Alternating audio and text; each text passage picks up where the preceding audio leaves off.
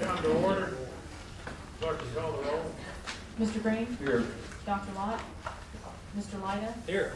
Admiral Natter? Here. Mr. Skelton? Here. Mr. Smith? Mr. Wright? Here. We can stand. The clerk will lead us in the invocation. Please the pledge. Let us pray. Lord, thank you for the beautiful weather the last few days.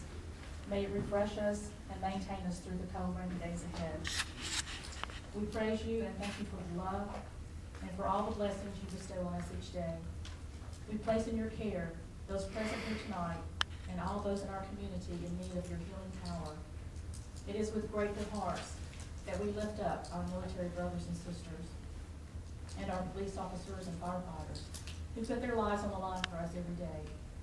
We pray for peace and for your wisdom and guidance on the leaders around the world, especially during these uncertain times. And for this mayor and council, that they may rely on your guidance in their decision making.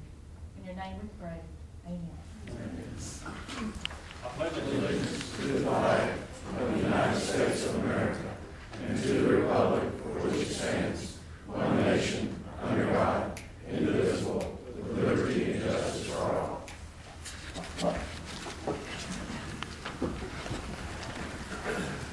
Mayor, I think you received a letter. I have, President, effective immediately, I received a letter of resignation of Councilman Lott. He moved out of the city and resigned his position as city councilman effective as of right now. Declare the decision vacant. We also have a proclamation. We have a recipient. Lauren, Yes, we do. did you introduce? I think Mr. Lyda was going to. Yeah, Janori Armstead is here from Hoover High School. She works with the Well House in terms of human trafficking. And for those of you who don't know, it's National Human Trafficking Awareness Month, and I think the mayor has a proclamation. Mr. Walter. This is a human trafficking proclamation. Whereas human trafficking is a very real problem facing the world today, although it can take many forms, including debt bondage, forced marriage, slavery, and commercial sexual exploitation. In every case, it goes against the core principles of individual freedom and civil rights that our nation and state stand for. The City of Hoover is committed to ensuring that our community remains on the front lines in combating this deplorable crime. And whereas, due to its secretive and illegal nature, it is difficult to accurately quantify the extent of human trafficking. However, the U.S. Department of State estimates that anywhere from 600,000 to 800,000 people are trafficked across international borders each year. Most victims of human trafficking are women or children who have been marginalized and isolated from society. The difficulty in grasping the full scope of this problem can be further compounded because people often turn a blind eye to it. And whereas the first step in eliminating human trafficking is to educate others, we must work to ensure that all our residents are aware of this problem and how to spot it. We must work together as a community so that human traffickers are punished and to protect and assist their victims. Through the vigilance and perseverance of our citizens, effective enforcement of justice will someday be a reality. And whereas we ask all the residents of this community to join us in raising the visibility of this crime whose victims are all too often invisible. Together, we can become more informed about this pressing issue and work to combat its injustices. Now, therefore, I, Gary Ivey, Mayor of the City of Hoover, do hereby proclaim January 2015 as Human Trafficking Awareness Month in Hoover, Alabama, signed by Mayor Ivey and Council President Joe Wright, properly attested. Come up.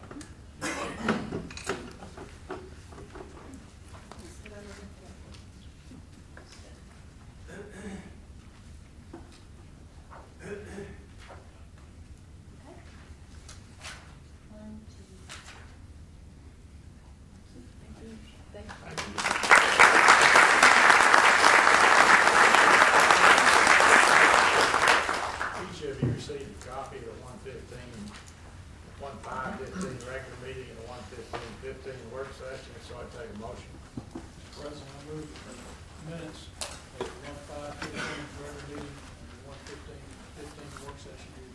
Second.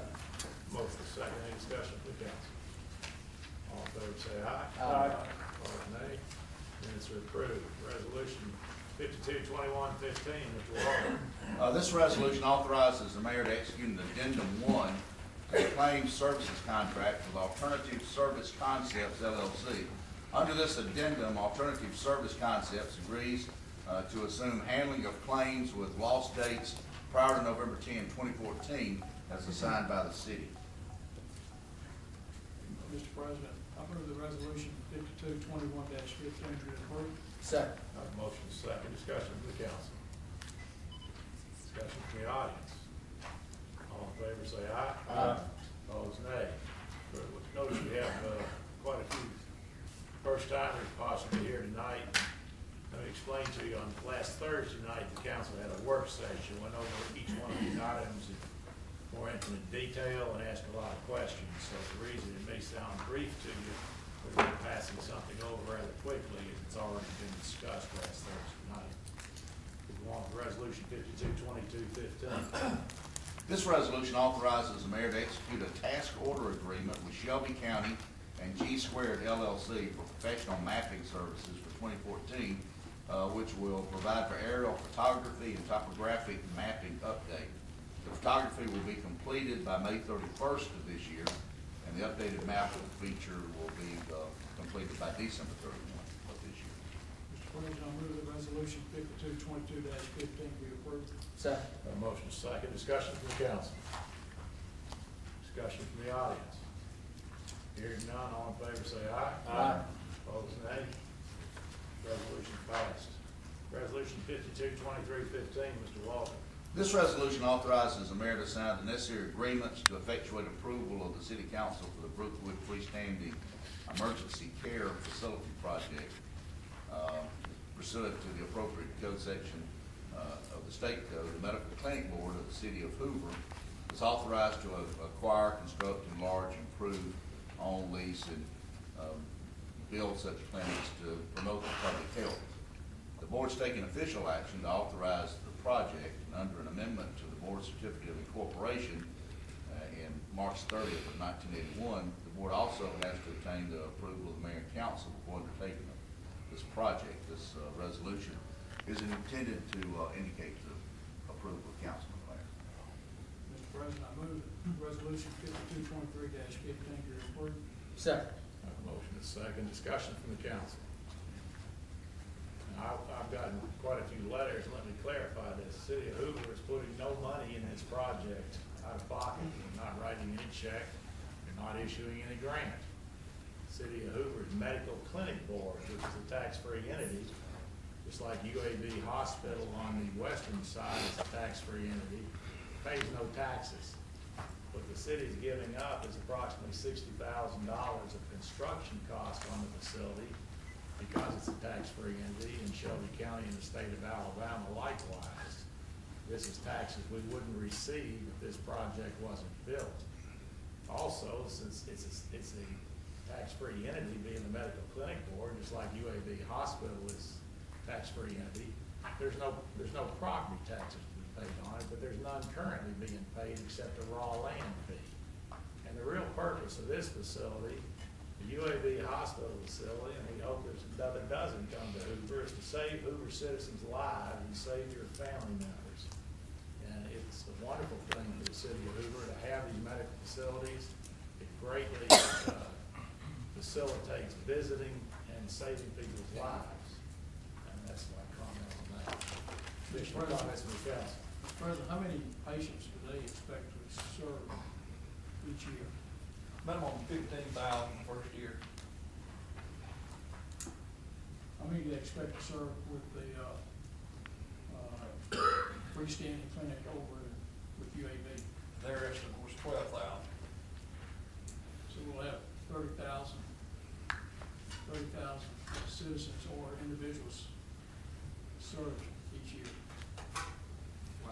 And the important thing is those critically ill, heart attack victims, what have you, are going to be stuck in 280 traffic or Highway 31 traffic trying to get out of the city to a medical facility. These are all both emergency medical facilities, and and I think they'll be greatly used, and I think they're gonna save an awful lot of lives. Additional comments from the council? Comments from the audience? Yes. Yes, Mr. Cole.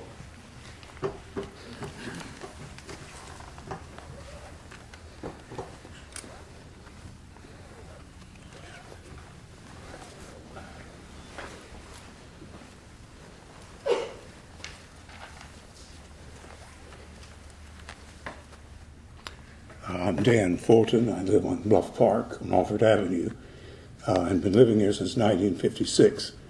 In fact, my family and myself have had health challenges, and we've used every major facility in the area, even St. Vincent's East and Shelby Hospital, Baptist Shelby, as well as Brookwood. I wanted to point out that there's an urgent care center opening up practically across the street from this location at St. Vincent's 119. And I just received a letter from Trinity. They will be opening their Grandview Hospital, which will just be up the street with an emergency room and a state-of-the-art hospital, opening up September, October 2015. I think there's redundancy here. I do not think there's a need for an emergency room at that location. In Mr. Anderson's article, he said there was a $900,000 tax abatement. Is that correct? No, sir. There's just a waiver of taxes because it's a tax-free entity, just like UAB. It doesn't pay taxes. Well, has ground been broken on the facility? Hopefully in the next 2 weeks. Right. Well, that's prime retail space. And if something else were there, then we could collect taxes on that area and sales taxes. There are many urgent needs in Hoover. We desperately need an aquatic center. We need more bike trails. We need more sidewalks. We need more parks. All of these things promote health and help people avoid having to go to an emergency room. Given the Grandview facility opening and with the urgent care center opening at St. Vincent's 119, I would argue that this is a terrible mistake. And whatever predictions they have are wrong. Those are skewed to try to sell this and prevent Hoover from using that area for retail. That's prime retail. Prime retail. Do we need urgent care? Do we need emergency rooms? Yes, indeed. And we have them there, right there. They're opening up 2015, right now, brand new at Grandview. And Grandview will have a hospital. If I were having a situation there and have 3 years on chemotherapy myself, I would want to go where there's an emergency room and a hospital. So anyway, that's my opinion, and I'm sure you will vote for this. But please know, and please be noted in the record, that I consider this a mistake. Thank you. Additional comments, questions from the council?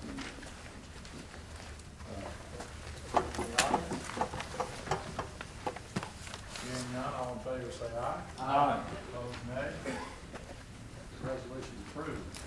We have a motion to approve an ABC application on Lagoon.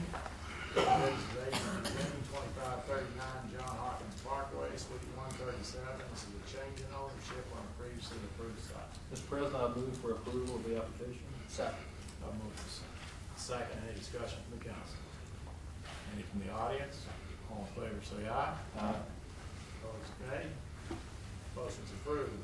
Next, we'll have a public hearing to consider the request of Covenant Bank for conditional use approval for a gas station convenience store to be located at 1801 Doug Baker Boulevard. Covenant Bank is the property owner, and the property is on C2 Community Business District. I can wait for a motion. If the presenters of Covenant Bank would like to present their case to us. We have a short presentation for the council. My name is Jesse Evans. I represent Covenant Bank in this matter. Case has been before we have a handout that basically is a duplication of what we're going to put on the wall over here through this PowerPoint presentation. The matter has been through the Planning and Zoning Commission, and what I'd just like to mention a few things to you, a few short things. We came out of planning and zoning with a favorable 4-3 vote. This is a conditional use. It's not a special exception. It's not a rezoning or the like. And if we could for a minute, let's just stop and think about what a conditional use is. Your zoning ordinance has quite a list of permitted uses within the C2 district. We are in the C2 district. There are other uses that are permitted within that district if we meet the conditions that are set out in your ordinance. Your ordinance has two sets of conditions that I'm going to go through in just a minute, but we meet all of the conditions that are applicable to this property. So we submit that we are entitled to the approval of the conditional use, and that it shouldn't be judged by the same standard or in the same way that you would a typical zoning case. It's not a question of wisdom or the like. The city has adopted an ordinance. That ordinance has certain parameters and standards in it. We've met those standards, and we believe that we're entitled. I would like to show you first where the property is located, if I could. The property, you can see that there is on the wall over here, there's a notation of the gas station site. It's on Highway 119. Now, later tonight, I think you're supposed to hear another conditional use. It'll be up on Highway 280, which is the yellow road that's marked there. We're on Highway 119. There's a small shopping center, Cadence Place, that's across the way, and the like. We're, as you can see, somewhere around 3/4 of a mile or so down 119, west on 119, from Highway 280. Now, a minute ago I mentioned to you the particular uses that you could put in this C2 classification. Because some of these uses would be a lot worse than what we're looking at. In fact, if we went in there right today and built what we want to build and just didn't have a gas pump there, we could do it. There would be no question. Well, all we need to do is go and give us a building permit, and we could just have that. So the only difference is that we have some gas dispensers. But we could put an automobile dealership in there. Not that that's a bad use. None of these uses are bad. All these uses got their place in different districts. We could have a parts store. We could have a grocery store, a furniture store, a veterinarian clinic, so long as we didn't have an outside room and things like that. Now, there are some conditional uses that are allowed in the C2 district that there are any number of them. One of those conditional uses is what the uses that are listed in section 12.2B of the general business district. You could have live entertainment, you could have commercial recreation and amusement facilities, but we fall under the uses listed in 12.2. The next page of our presentation shows that 12.2 says a gasoline service station. Now, in looking at your ordinance, there's some language in your ordinance that refers to a gasoline service station. Another place that may be referred to as a convenience store and the like. But let me just make it clear. We are not, in your ordinance, I think, adequately precludes us doing any kind of repair work or oil change or anything like that on the site. There will be no car wash on this site. There's none planned. There will be no automobile repair and the like. This will be a typical glass and brick type of convenience store, right well done, we believe, that will dispense gas. All right, now, there are some conditions that we must comply with in order to have a, quote, gasoline service station. But there again, we're not a service station, we're dispensing gas. We've got to provide a site development plan showing the topography, property lines, storm drainage facilities, utility easements, and so on down the line. We have provided that. We have been through the planning commission. We've got a 4-3 approval there, and we obviously did comply with that provision, the site development plan provision. Well, then we have to move to certain other provisions, and we also have to comply with the tree conservation plan. We will be complying with the tree conservation plan, and we'll show you in a minute the landscaping plan that we have. Now, the special requirements that apply to a gasoline service station are that we submit the site development plan, that we're not within 300 feet of a place of public assembly, and we are not, that there be no outside storage of merchandise and equipment and the like, unless it is enclosed. We're not going to store anything outside. Everything on this site will be enclosed. We have certain minimum yard requirements that are set out in section 4.2, all of which we have complied with. Now, if we, the next page will show you a little bit about what the size and parameters that relate to the number of pumps that we can have. We intend to have 3 separate islands. Each of those 2 islands at this point have 2 dispensers on them. And that will be it. We are prohibited from storing vehicles, repairs, body work, painting, and so on. It's not our business. We don't do that. Covenant is selling this to a purchaser. The purchaser's they're not going to be doing that. They do not have any intention of doing it. Now, if we go to the next page, we're going to see that this property, we'll see where it is. You see the shopping center right across Doug Baker. The yellow line that you see that heads to the south or east is Doug Baker Boulevard. The site is marked with a yellow pin at the intersection. It's at the intersection of 119 and Doug Baker. It is now vacant. It was a part of the original development of the Lee Branch subdivision. There is to the, I guess, east of the property, there is a single cul-de-sac subdivision that there are some houses being built in, several hundred feet to the east. There is the shopping center across Doug Baker. There's the office development, catty corner across 119 and Doug Baker. There's some vacant land and some residences across 119, residents behind us, and Asbury Church is down several. I don't know exactly how many feet away, but it's well in excess of 300 feet to the church building is. We believe the property line is in excess of 300 feet as well. But we comply with all of your distancing around. Now, I want to go to the next slide and maybe take a look a little bit. This is the proposed site layout that was presented to the Planning Commission. This shows the existing topography. As I mentioned a minute ago, most of the grading work has been done on the site. It's ready for a building to be placed upon it. This shows the location of the canopies out front. It shows the location of the building near the rear. We have 21 parking spaces, which is the 21 that would be required under your zoning ordinance.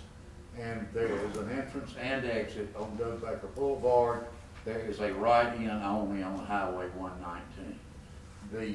If I might, on Highway 119, you see to the west of the property, you'll see some writing that says proposed right-in only. We have conceptual approval from the Alabama Department of Transportation for this particular traffic configuration. There will be no exiting onto Highway 1 directly onto 119. It will be into the site only. The topography that you see, as I say, is pretty much but in the condition that it's in right now today. Let's go to the next slide and let's look at what we're going to do about the landscaping. You'll see a darker green area that's down toward the bottom of the slide. And that dark green area is an area that we plan to leave in its present condition. There will be nothing done in that area. We're required to leave a natural, undisturbed 50-foot buffer in there, and that will be left there. All the other, excuse me, the 50-foot buffer you're talking on the bottom side? Yes, sir. That's right. That would be on the south side. Yes. All right. Now, you will see that there are a number of trees and plantings out in the front, and we intend to fill in the rear buffer area to the extent where the vegetation is not the full 50 feet. We intend to leave every bit of vegetation that is there, there. We're going to add the vegetation that you see on the south side, which would block any possibility, I think, of seeing this particular development. You see the canopy with the pumps out front that is shown on the site plan. And then, of course, you have your access, your right in off of 119, and your right in, right out on the other side. Well, I'll show you a close-up of the right in off of 119. This is a little bit closer, and this is the actual drawing that was submitted to the Department of Transportation that they have given us conceptual approval of. This is another site plan that shows the location of some of the utilities and shows the boundary locations. Likewise, you will notice that there is a crosshatch section of 119, the center of 119, which leads this crosshatch. Now, part of our conceptual traffic design is that we will place in that area some bollards, not tall sticks or anything, but small types of markers, reflective markers. The Department of Transportation has not made a final decision on the type of markers to put in there, but we have agreed that whatever types of markers they want, we're gonna do that in order to prevent any traffic from crossing. This is the email from the Department of Transportation indicating the conceptual approval of our traffic plan. So, with all of that, we have submitted a site development plan that is required by the ordinance that has been approved. We're not within 300 feet of a place of public assembly. We're not storing anything outside, any equipment, any merchandise, anything that would possibly be outside, which I suppose virtually every commercial establishment must have some type of trash disposal, and it's going to be properly enclosed in accordance with the ordinance. We've met all of your yard requirements. We've complied with your size and the like for the number of pumps that we're going to have. And we are going to be in compliance with all of the prohibited uses for gasoline stations under your zoning ordinance. I know of no other conditions that exist in your ordinance that would compel us to do anything else. If there is, we would like to at least consider doing that. One thing that the Planning Commission did was that the Planning Commission, in considering this conditional use, suggested the limitation of the operating hours from 6 in the morning until 12 midnight. My client, I understand, consented to that. On reflection, it might make more sense to, if that's going to be a condition of approval, which we don't really seriously object to, we obviously would prefer not, but that the hours be modified and not be, instead of being 6 a.m. until 12 p.m., perhaps 5 a.m. until 11 p.m. would be a more befitting limitation on the hours of operation. If there are any questions that any of you have, we have our engineer, we have the purchaser here. I hope I know enough about it where I can either make an educated guess or give you the right answer about our proposal. But if there are any other conditions that we need to comply with, I don't know what they are. I've been through the ordinance page by page, and I think we comply in all respects. Additional questions, Mr. Evans? Thank you. Yes, sir. Additional proponents of the resolution would like to speak? Although those would like to speak against the resolution, if we take a few of those, we'd like not to repeat the same thing twice. If you come up and state your name and your address, we'd be glad to hear from you.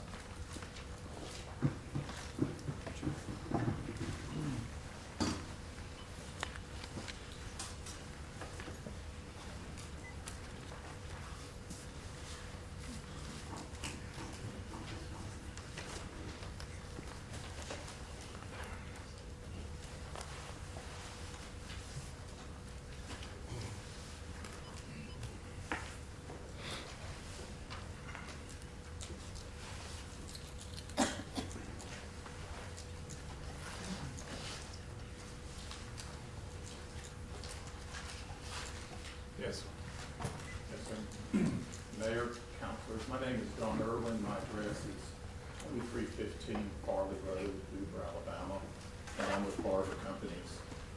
We have a strong interest in whether this gas station is allowed because a year ago we purchased Cadence Place, which is immediately across the street from this proposed location. We paid more than $10 million for the property because we like the quality of the center. We like the temporary shops like Edwards Bakery, and we felt that it fit into this general area. The front page of the document you've given shows what Cadence Place looks like. And if you turn to page 2, I think it clearly shows that this is a transitional area. This is not an area like the middle of Highway 280. It's an area where you've got some low-intensity commercial that is blending into churches and residential and things of that sort. We don't feel that a gas station is suitable for this area. We're not against appropriately sited gas stations. In fact, shortly, I think next week or the week after, you will be asked to approve a gas station up on 280 in the Walmart parking lot. That gas station is immediately adjacent to property of ours, and we don't have a bit of problem with that because a gas station in a high intense use like that up on 280 is appropriate. So we're fine with that. But we do have a problem with this gas station in a less intense use area that is immediately next to residential properties. If you'll, on page 3, we've got several photos of Valero gas stations in the metro area that are existing. And then on page 4 and 5, you can see on page 4 the gas station site. And then you can see the immediately adjacent residential to it. In the far right hand across the road is where our Cadence Center is.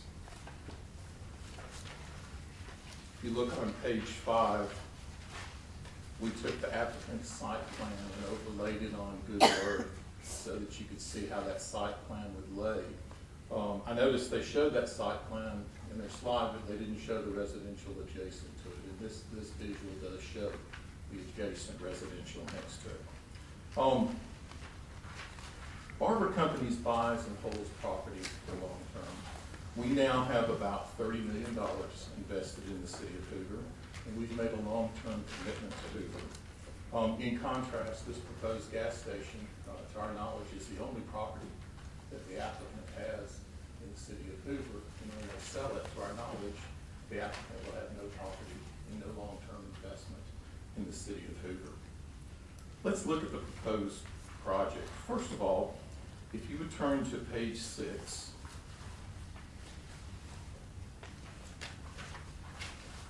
you would see that the project really doesn't fulfill a need because there's 4 gas stations nearby, but more appropriately sited up near Highway 280.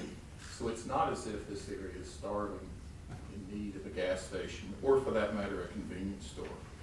Secondly, and maybe we'll find out tonight, but we haven't really found anybody other than the applicant who's for this project. It seems to us that by far the majority of the neighborhood is against the project. So if it's not needed and it's not wanted, and it takes a special exemption to make it happen, then what's the reason for having it? I think it probably could logically come down to how much tax revenue does it generate for the city. We understand that one of your responsibilities as city councilors is to keep the city in good financial shape. And as a 30-year resident of Hoover, I'm certainly glad that you do that. We don't have a problem with that. Barber Companies, we watch our pennies very closely as well. So let's look at the numbers on this. First of all, we understand that since this gas station is in Shelby County, the sale of gas won't generate any tax revenue for the city of Hoover. And so in effect, what this is in terms of tax revenue is a convenience store that sells beer and cigarettes and fast food. Second, if you would turn to page 7, we mapped out all the existing, what we think are all the existing gas stations in the city of Hoover now. traffic count, daily traffic count for those stations. And if you look, this proposed site is way down, almost near the bottom in terms of traffic. So if there is a relationship between traffic and tax revenue generated for a convenience store, then we think that it's probably going to be on the low side. Third, if the applicant would show you a pro forma, it would be important to realize that you couldn't just take the convenience store sales and multiply them by 4 cents on the dollar, because the two nearest gas stations to this proposed one are also in the city of Hoover. And so you're going to have a cannibalizing effect where this gas station, if constructed, will cannibalize sales from the other existing Hoover gas stations, and so you'll have less tax revenue than you think. Just because a new gas station happens doesn't mean that there are proportionally more cars that will use more gas. If you turn back to the map on page 6, if you're driving to Hoover Valley Road going toward Highway 280, right now you are likely to stop if you need gas or you want food at the Chevron station right there, or perhaps you keep going and go to the Shell station, both of which are in the city of Hoover. If this one's built, you may likely stop at that one, but that doesn't necessarily mean new tax revenue for the city of Hoover. It just means that you lost tax revenue at the Chevron or the Shell. So we think that this project is not going to really produce much tax revenue. Fourthly, there's also an opportunity cost to this project. And by that I mean, if you allow a gas station to go on this site, then for the foreseeable future, that means that there's nothing else that could go on that site, including a use that's more appropriate and might even generate more tax revenue. In this booming economy now, Martin Companies has buildings that have been vacant for 10 years that we've leased up. We have a restaurant project, if you know the old TGIF building on Highway 280, it's been vacant for almost 5 years. We have a high-end restaurant that's going into it. They expect to generate $6 million in sales a year, and that will be $240,000 of sales tax revenue for the city of Birmingham. It's not hard for me to imagine a restaurant project that might go there. Instead of kids buying beer and cigarettes and fast food, you might have families in the state and seafood. So if you look at the opportunity cost, there may be a real cost of going ahead and committing when a better project and more appropriate project could happen in this economy. I won't deny that this project might produce a small amount of revenue, but against that, I think you need to balance that. First of all, it's not needed. Second of all, it's not wanted by the neighborhood. And third, one of the things to me that's special about Hoover, why I like living in it, is that Hoover most of the time tries to do the right thing. And one of the things that we noticed is that in several decades of siting gas stations in the city of Hoover, we've not really been able to find situations where the city has sited gas stations immediately next to residential properties. If you'll look beginning on page 9, we mapped out what we think are all the gas stations in the city of Hoover. And then we show you maps with their property lines. And if you go through there, we've not been able to find a situation where a gas station is immediately next to residential property. And so if you approve this gas station project, it appears to us that you would be overturning decades of precedents that you've established of how you want to appropriately site gas stations in the city of Hoover. Some have said that you might vote to allow this gas station because some of the adjacent neighborhoods are not in the city of Hoover. But I really think that would be a mistake, because some of these neighborhoods are what I call pure profit customers, in the sense that most of the retail in that area is in the city of Hoover. And so these neighborhoods are shopping in the city of Hoover, and yet the city of Hoover is not having to spend money on those residential and terms of garbage pickup, fire stations, schools, and that sort of thing. So these are very, in my opinion, valuable neighbors to you. Second of all, because of court decisions, all of our municipalities are so cut up and gerrymandered, and we all know that if we all act in a predatory manner toward each other, it would be hard to have a sense of community. I think you probably remember when Hoover and other municipalities acted together to put an overlay district down 280 so that you wouldn't have all kinds of different signs. And I think we have to act in a community fashion like that. We can't ignore something just because it's not in our particular municipality.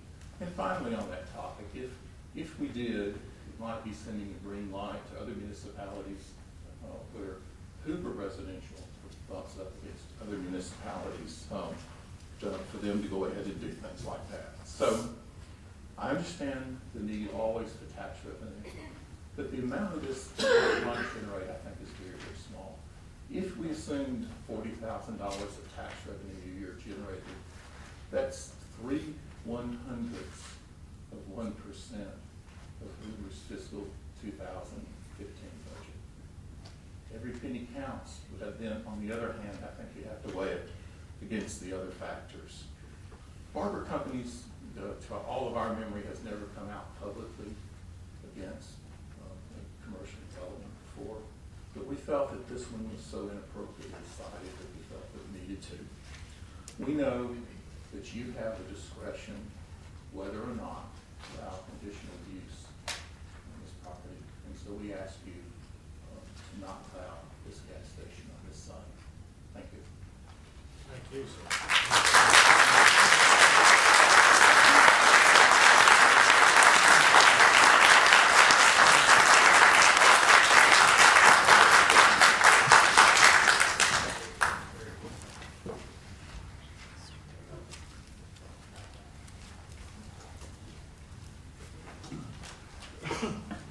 That'll be hard to follow. Tell us your name. My name is Randy Haddock. I'm on the staff with the Cahaba River Society. And I wanted to address some stormwater issues that I think actually have not been addressed as yet.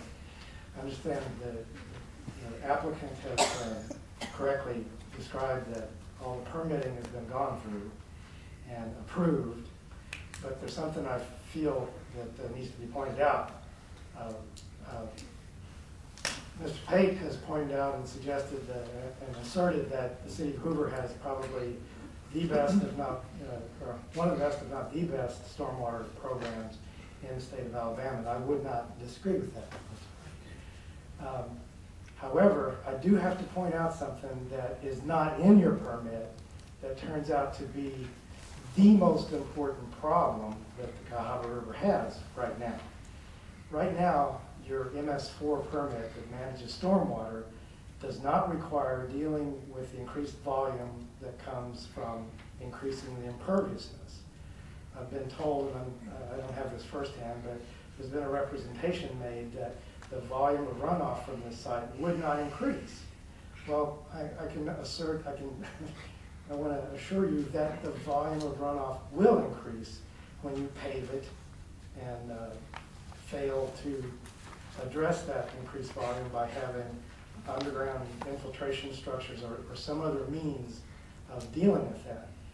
The green space that was mentioned and areas underneath the parking area can be amended, if you will, to handle the increased volume of stormwater runoff. This whole area has been developed fairly considerably, and we're already seeing the flooding kind of problems in the headwaters of Cobb Valley Creek that are fairly typical of urbanizing areas. So what I would urge is that if you do approve this, that you do make some conditions that they hire some of the talented engineers that we have in this area that know and understand how to manage stormwater better than just barely meeting the permit requirements. I would echo Mr. Irwin's golden rule thought that you folks dealing with stormwater in a way you would appreciate your municipal neighbors handling stormwater will, in the long run, be the only way to deal with these kind of problems without causing increased flooding and property damage. And if I can go on just 2 more minutes. Right now, about a year and a half ago, the Alabama Department of Environmental Management completed a study on the Cahaba that indicated that the sediment loading that's coming to the river needs to be decreased by 48%, or needs to be reduced by about half. And other studies have shown that the very largest source of that sediment loading is from this post-construction increase in volume of stormwater runoff.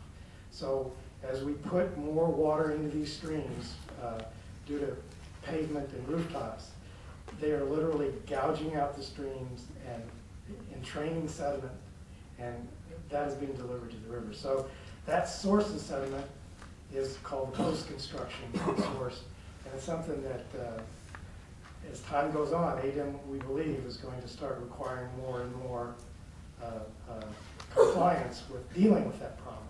They haven't yet. They keep telling us, we urge them to take more rapid steps, and they, in deference to the municipalities and the cost of doing that, are taking baby steps. But those are the things that are going to have to be dealt with in the future, and we urge you to start thinking about those now. Some of the projects that Hoover has approved in the past have been conditional on taking steps to deal with this very problem. Your staff understands it, and we encourage you to include that as a what's the right word? A condition. Yes, thank you. A condition for this. Thank you. Okay, we've got 45 pages of written testimony here, and we've had 2 speakers against and 1 for. Just hold on a second.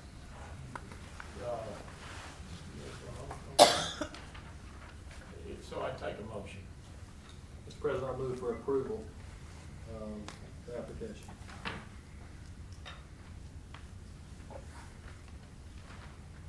Second. Clerk, call the roll. Mr. Green? Nay. Mr. Lyda? Nay. Admiral Natter? Nay. Mr. Skelton? Abstention. Mr. Wright? Nay. Motion fails.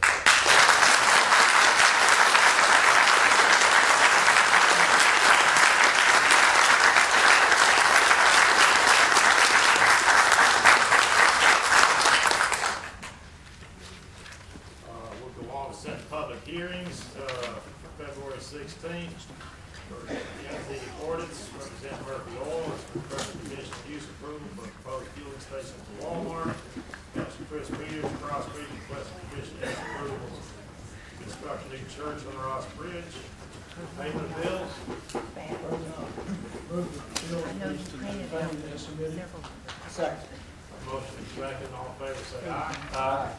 Yeager, if you'll pay the bills. Comments, questions from the council? Additional comments, questions from the audience? Hearing none, we're adjourned.